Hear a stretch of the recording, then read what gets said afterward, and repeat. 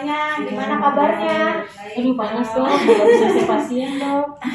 Terima kasih ya. Demikian dok. Ya Bu Oni sama Mbak Ima udah datang untuk nyambung ini yang kemarin. Iya kemarin sampai tentang klasifikasi kita. Kemarin kan udah demam, tentang klasifikasi demam, masalah telinga. Itu ada yang belum dipahamin atau udah paham semua? Udah paham ya.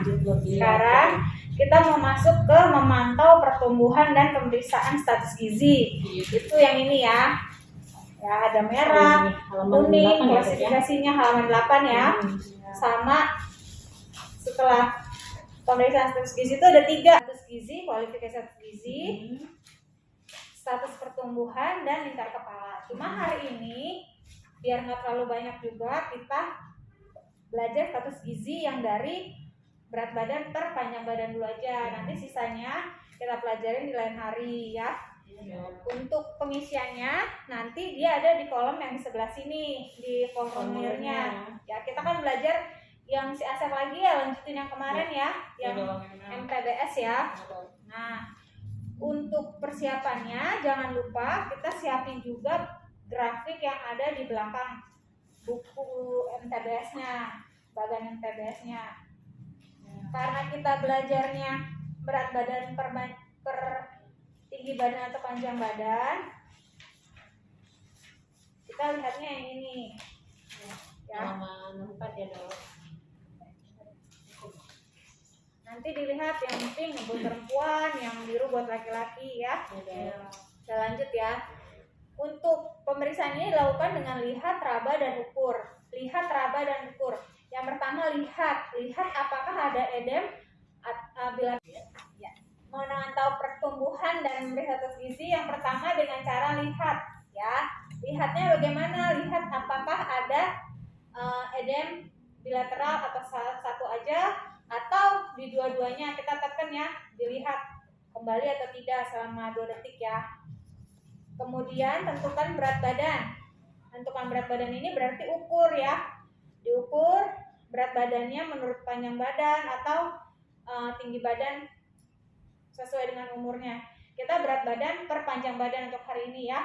Diukur, dimasukin apakah kurang dari -3 standar deviasi atau -3 sampai -2 standar deviasi atau -2 sampai +1 SD atau lebih dari 1 standar deviasi sampai +2 atau yang lebih dari +3 SD. Nanti panjang badan tinggi badannya kita masukin ke grafik yang tadi ya.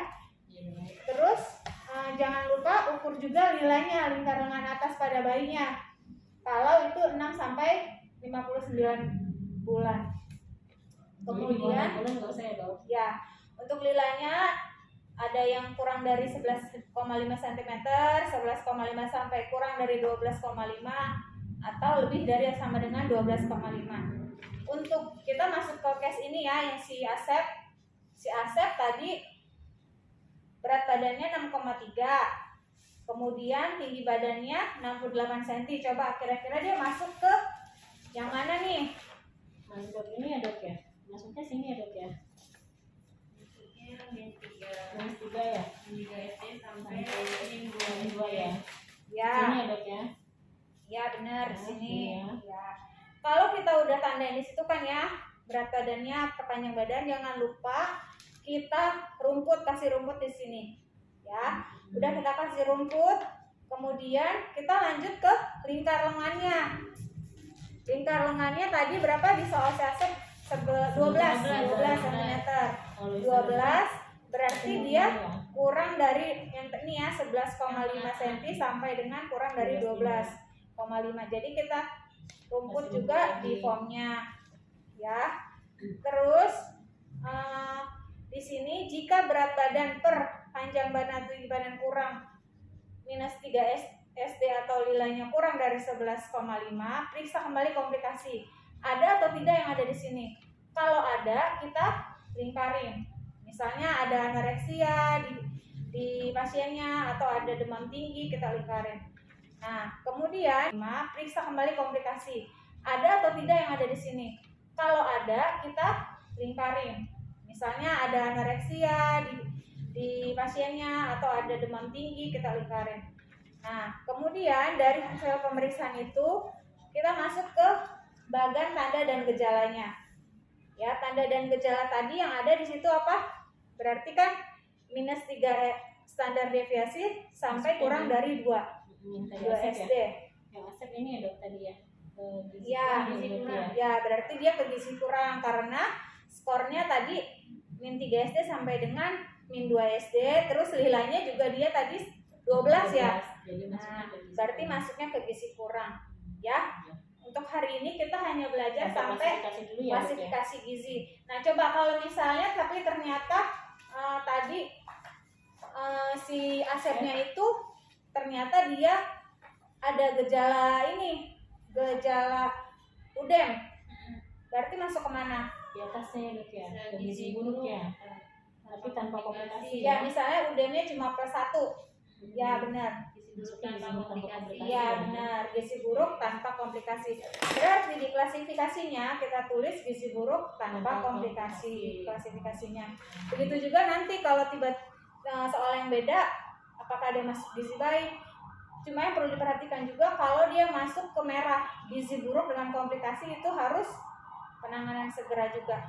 Itu yang agak beda ya. Yang lainnya kan disuruh kontrol ya. Nanti kedepannya itu kita pelajari lebih lanjut. Untuk hari ini ya kita belajar hanya klasifikasi aja. Nanti kita coba belajar baca lebih cepat, baca grafiknya, terus nentuin klasifikasinya. Untuk itu hari ini di situ aja. Ada yang mau ditanya atau ada yang kurang jelas kak? Darinya Mbak Ira sama. Saya kan dapat itu dok, pasien yang anak itu kalau ditimbang susah dok, dia digendong sama ibu. Oh iya. Gimana dok? Kalau untuk anak yang datang dan dia tuh susah ditimbang karena nangis, ya paling enggak kalau memang tidak bisa lagi dipeluk sama ibunya juga nggak diem lama gitu ya, bukan waktu lama. Kalau kita punya timbangan yang digital, berarti timbang dulu sama ibunya ya. Nanti setelah itu dikurangin sama berat ibunya aja, berarti itu jadi berat bayinya ya. Itu aja sih. Ada lagi nggak? Udah ya. Terima kasih untuk kehadirannya. Nanti dibaca-baca lagi. Kalau untuk pertemuan selanjutnya ada pertanyaan, nanti boleh ditanyakan lagi ya. Sekian dan terima kasih ya.